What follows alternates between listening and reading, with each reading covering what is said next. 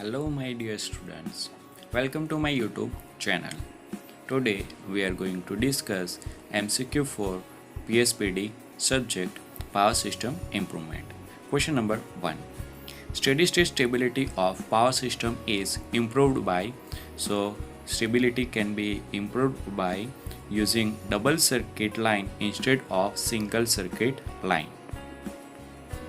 Question number 2.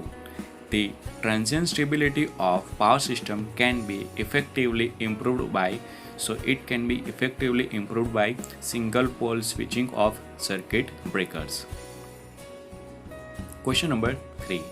Bulk power transmission over long HVDC line are preferred on account of no harmonics problems. Question number 4. The main considerations for higher and higher operating voltage of transmission line is to increase power transmission capability. Question number 5. Series capacitive compensations in EHV transmission lines is used to improve the stability of system. Question number 6. For a long uncompensated line, the limit to the line loading is governed by stability limit. Question number 7. With 100% inductive shunt compensations, the voltage profile is flat for zero loading of line.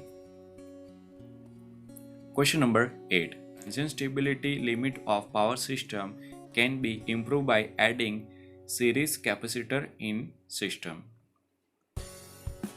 Question number 9. Which among the following methods is used for improving the system stability? So our answer is all of the above. That means increasing the system voltage, reducing the transfer reactance, using the high speed circuit breaker. Important questions. Question number 10. What is steady state stability limit? So our answer is the maximum flow of power through a particular point in the power system without the loss of stability when small disturbance occurs. Question number 11. What is the transient stability limit? So our answer is option number C. The maximum flow of power through a particular point in the power system without loss of stability when large and sudden disturbance occurs. Question number 12. Value of transient stability limit is lower than steady state stability limit. Question number 13. How can we check upon the transient stability of a power system? So our answer is checking variations in load angle and real power. Question number 14. How can we improve the steady state stability of synchronous generator for a better performance? So our answer is increasing the excitation. Question number 15.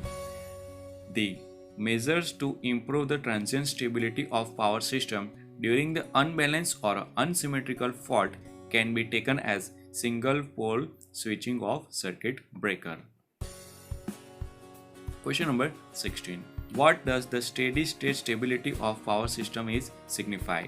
So answer is option number C. Maintaining a synchronizations between machines and tight lines.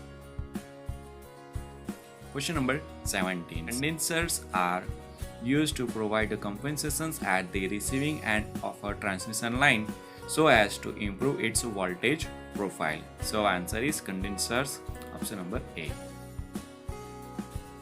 Question number 18.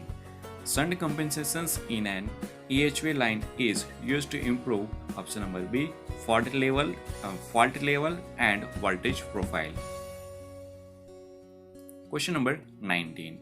Series capacitor is used in transmission line to compensate the voltage drop. Question number 20.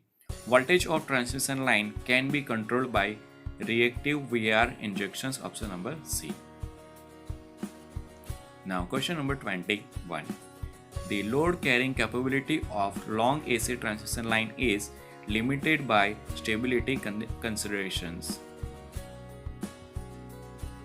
Now question number 22. Maximum power will be transferred from the sending end to the receiving end by the transmission line when? So our answer is both A and B. When the line reactance is equal to root 3 line resistance and torque angle is equal to 19 degree. So our answer is option number C, both A and B. Now question number 23. Best locations for use of booster transformer in a transmission line is at the intermediate point, option number C. Question number 24. Transient disturbance are caused by, so it is caused by all of the above: sudden load change, switching operations, and tripping of the lines and generators. Question number 25. Shunt compensations in a EHV line is resorted to improve the voltage profile. Question number 26. Most economic load on an overhead line is greater than the natural load. So answer is option number A.